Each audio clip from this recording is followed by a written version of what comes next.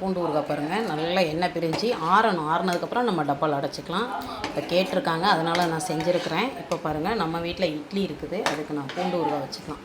கொஞ்சமாக வச்சு சாப்பிடுங்க, ரொம்ப சாப்பிடக்கூடாது. கொஞ்சமாக சும்மா சாஸ்திரத்துக்கு வச்சிங்கன்னா அப்படியே உங்கள் சாதத்தில் போட்டு பெரட்டி சாப்பிட்டிங்கன்னு ரொம்ப சூப்பராக இருக்கும்.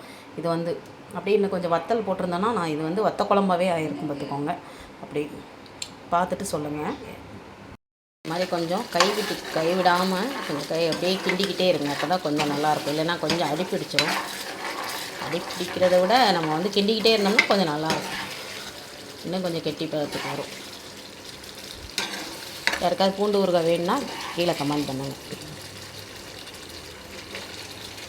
இப்போ பாருங்கள், சூப்பரான பூண்டு ஊறுகாய் நல்லா சூப்பராக காரசாரமாக நல்லா ஆயிடுச்சு.